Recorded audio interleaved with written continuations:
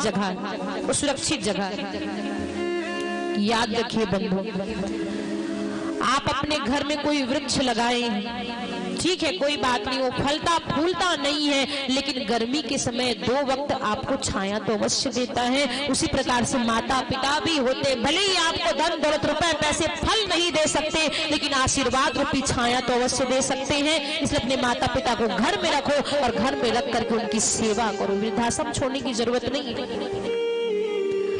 लेकिन हम सभी क्या है, कलयुगी प्राणी,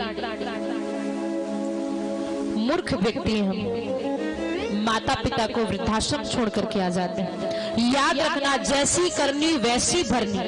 आप जैसा आज कर्म कर रहे हो वैसा भी आप भी तो भरोगे, एक दिन आप भी तो माता पिता बनोगे। आपके बच्चे भी आपको देख करके वही कार्य करेंगे कि अरे मेरे माता पिता तो मेरे दादा दादी को कहाँ वृद्धाश्रम छोड़ करके आए। वही बच्चा देखेगा, आपसे ही सीखेगा। कहाँ बच्चे कहाँ सीखते हैं, घर से ही तो सीखते हैं। संस्कार घर से ही मिलता है। शिक्षा और संस्कार में जमीन आसमान का अंतर है। शिक्षा में स्कूलों में कॉलेजों में जाकर के मिल जाता है, लेकिन संस्कार हमें घर में अपने घर के सदस्यों से, घर परिवार से, अपने माता पिता से ही मिलता है। वही बच्चा आपसे आपको भी देख करके सीखेगा कि अरे मेरे माता पिता तो मेरी दादा दादी को वृद्धाश्रम छोड़ाए। बच्चा भी ठान लेगा कि अरे मेरे माता पिता ही मेरे दादा दादी को वृद्धाश्रम छोड़ करके आए हैं, जब मेरे माता पिता भी वृद्ध हो जाएंगे तो मैं भी ऐसा ही कार्य करूंगा।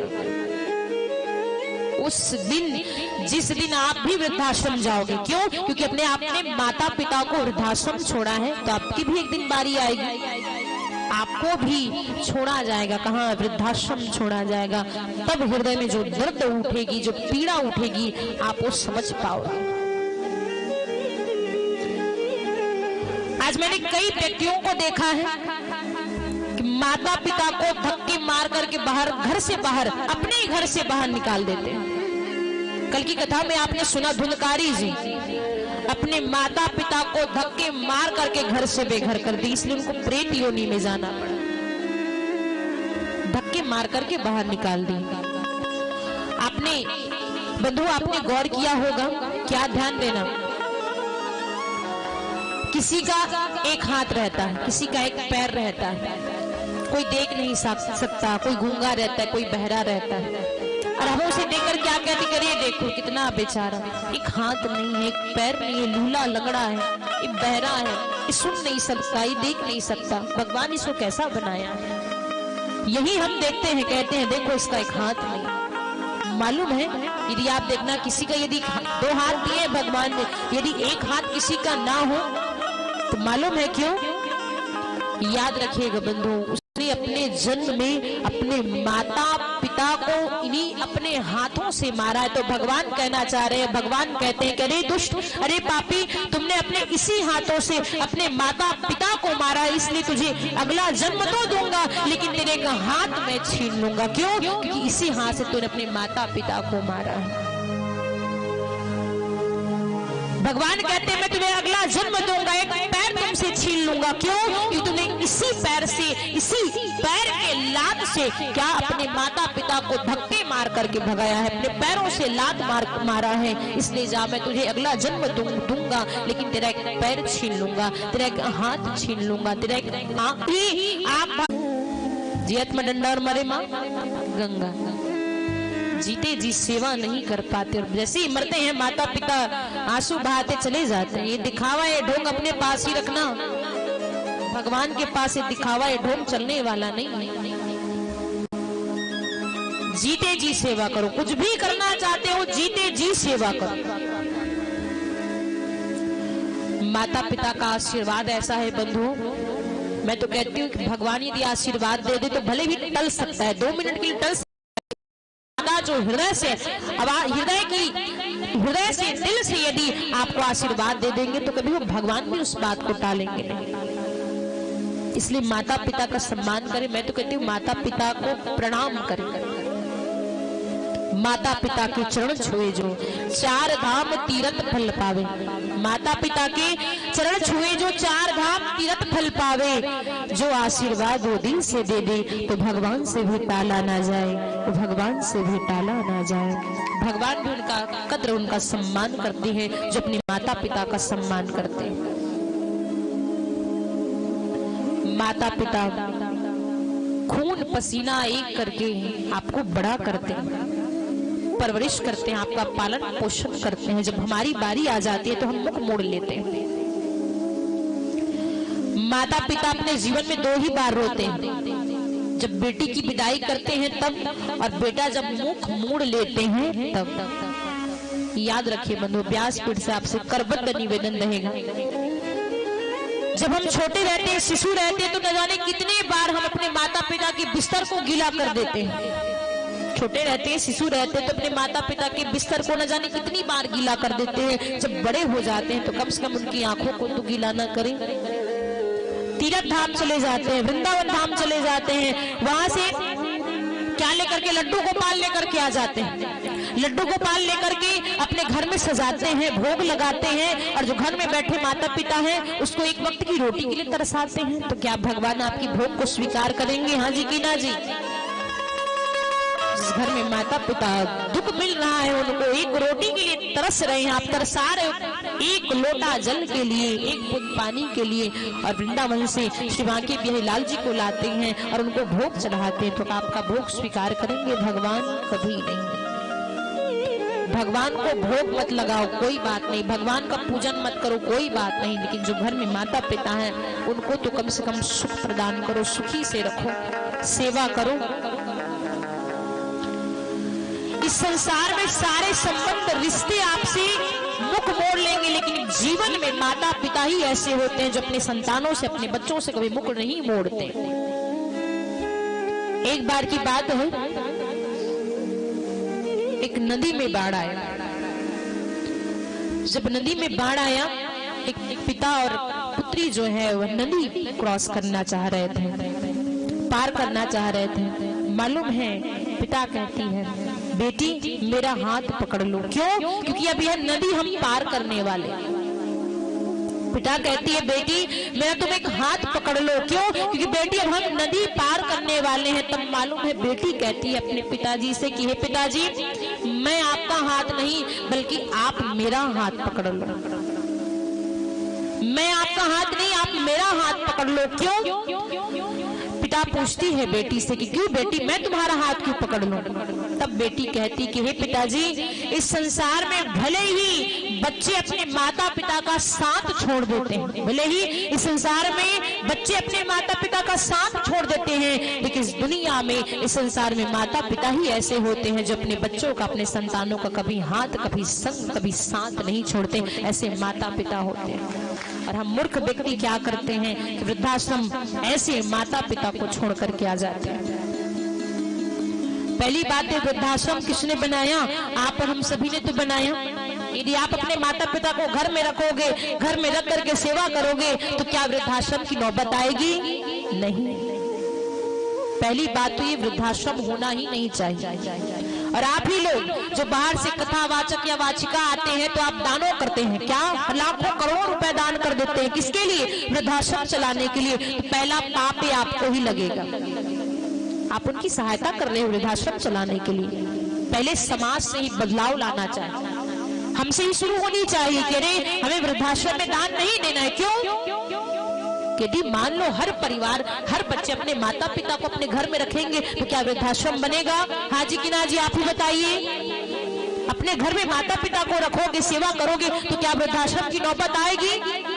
नहीं आएगी। आप अपने धन का क्या कर रहे हैं? दुरुपयोग कर रहे हैं, सदुपयोग नहीं। लोग समझते हैं कि अरे हम वहां दान दे करके आ रहे हैं।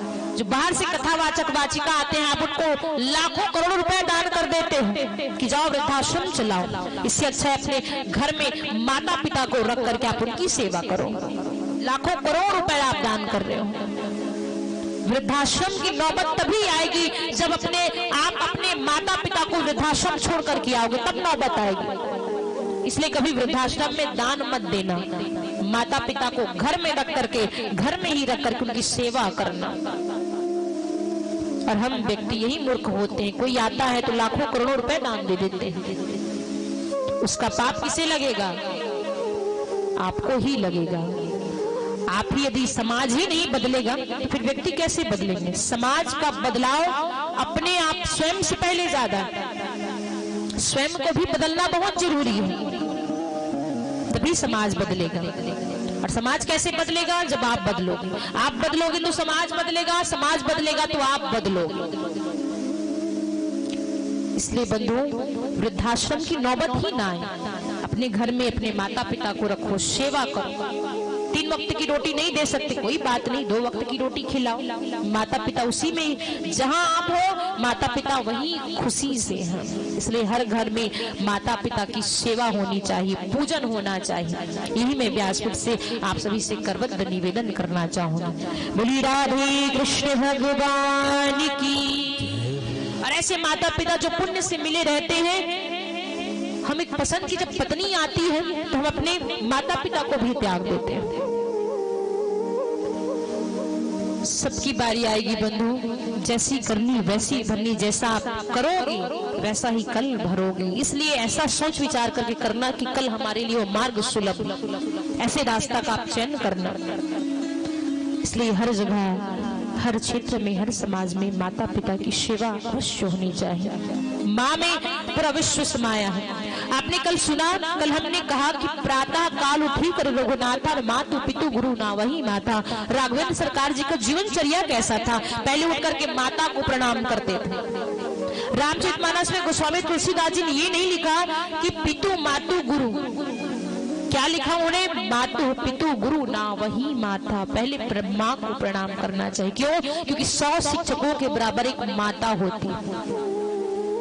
एक संतान के लिए, एक बालक के लिए, एक शिशु के लिए एक माँ ही क्या होती है? सर्वश्रेष्ठ गुरु होती है। प्रथम गुरु एक माँ ही होती है। माँ जितना ज्ञान दे सकती है, पिता आपको ज्ञान नहीं दे सकता। ये देखिए, आप गुरु बनाओगे वो ज्ञान नहीं दे सकता, लेकिन माँ आपको ज्ञान दे सकती है। क्यों? 100 शिक्षकों के बराबर एक माँ होती है। और हम सबका प्रथम गुरु कौन है?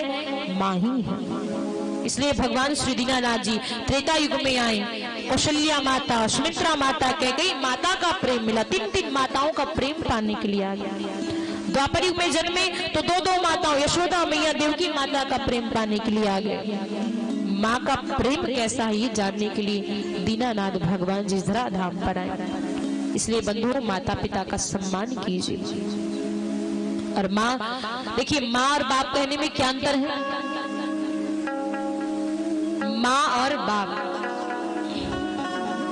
बाप कहते हैं तो पहले मुख क्या है? खुलता है, पहले ओपन हो जाता है। बाप तो जैसे ही बाप कहते हैं मुख खुल जाता है। बाप कहते हैं पहले खुलता है फिर बंद हो जाता है, ओपन होता है फिर क्लोज हो जाता है, वो होता है बाप। एक शिशु को मान लीजिए चॉकलेट चाहिए, पैसे चाहिए, इस उम्मीद से अपने पिता के पास जाता है। जैसे पिता के पास जाता है, ये मन में विचार किए कि अरे मैं पिताजी के पास जाऊंगा, सब कुछ मांग करके ले आऊंगा, रुपए, पैसे, चॉकलेट, टॉफी। जैसे ही बाप के पास जाता है उसकी बोलते ही बंद हो जाते हैं, क्योंकि बाप तो खुद कह रहा है, बाप पहले मुख खुल रहा है फिर क्लोज हो रहा है, बंद हो रहा है। जैसे बाप के पास जाता है मुख बंद हो जाता है। लेकिन वही शिशु, वही बालक माँ के पास जाए तो माँ तो स्वयं करे, माँ एक बार उनका हृदय खुल रहा है फिर बंद कभी नहीं हो रहा है, क्लोज कभी नहीं हो रहा है। ऐसी होती है माँ, ऐसी होती है माँ, जिसका हृदय जो है विशाल होता है, ऐसी होती है माँ। इसलिए माँओं की सेवा करें। सच में माँ कितनी प्यारी होती है, वात्सल्य से भरी होती है, प्रेम की मूर्ति होती है, त्याग की मूर्ति होती है, करुणामयी होती है, दयामयी होती है। ऐसी होती है माँ। हम सभी माँओं का सम्मान करें। मैं तो व्यासपीठ से यही कहना चाहूँ कि हर माँओं को मैं चरणों में आज नमन झुकाती हूँ, नमन करती हूँ, शीश झुकाती हूँ। जो ऐसी जननी को, ऐसी माँ को भगवान ने जना है, ऐसी होती है माँ। मालूम है बंधुओं, माँ क्या है? जिस माँ को पाने के लिए भगवान आ गए। मैं तो कहती हूँ भगवान की भक्ति करने से शायद हमें माँ ना मिले, भगवान की भक्ति करने से शायद हमें माँ ना मिले, लेकिन माँ की भक्ति करने से भगवान हमें अवश्य मिलेंगे, भगवान हमें अवश्य मिलेंगे। इसलिए माँओं की सेवा करें। माँ ऐसी होती है, माँ शीतल होती है, माँ कोमल होती है। तो कितनी भोली है, तो कितनी प्यारी है, हो भोली भाली है ओ माँ,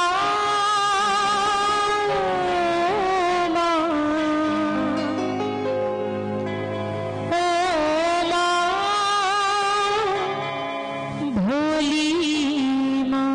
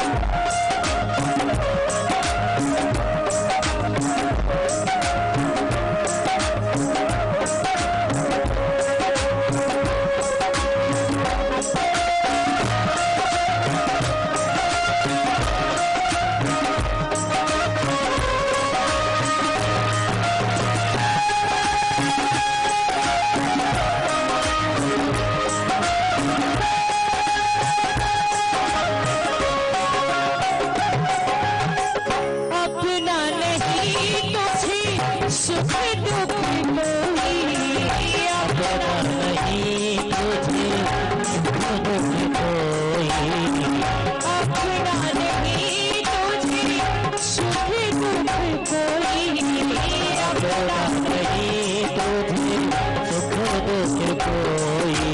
मैं मुस्काया तो मुस्काई, मैं मुस्काया तो मुस्काई, मैं मुस्काया तो मुस्काई, मैं मुस्काया तो मुस्काई। मैं रोया तू रो मेरे हंसने पे, वो मेरे रोने पे, मेरे हंसने पे, मेरे रोने पे। तू बलिहारी है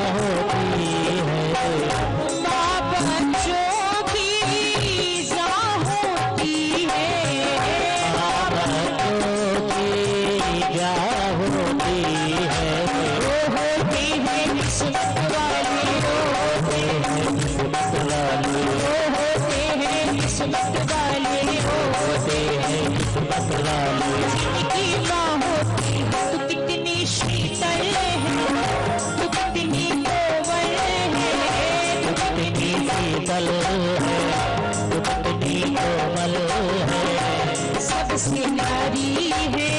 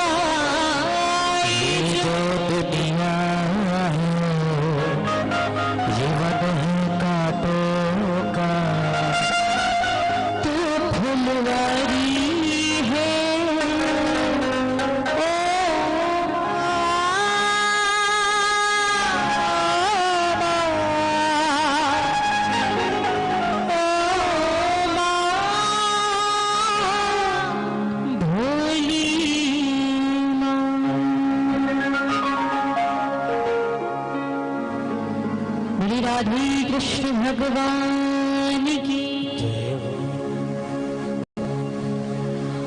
सूत जी महाराज कहने लगे कि हे शुनकादियों, जैसे द्रौपदी माता को पता चला है क्या एक मां एक नहीं, दो नहीं, तीन नहीं, चार नहीं, पांच पांच पुत्रों का यहाँ वध हुआ है, सरधड़ से अलग कर दिया गया है।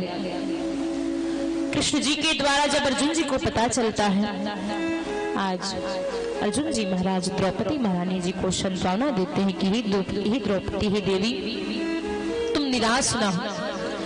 जिस किसी कुलांगर, जिस किसी पापी ने, जिस किसी आतताई ने हमारे सोते हुए पुत्रों का वध किया है, द्रौपदी, हे देवी, मैं आपको सांत्वना देता हूं कि उसको दंड आप ही दोगे। आज स्वयं अर्जुन जी महाराज देखिए कैसे रथ पर सवार होकर के कृष्ण जी आज सारथी बन करके कहां चले जाते हैं, जहां द्रोणा पुत्र अश्वत्थामा जी। आज अश्वत्थामा जी और अर्जुन के बीच युद्ध होने लगता है।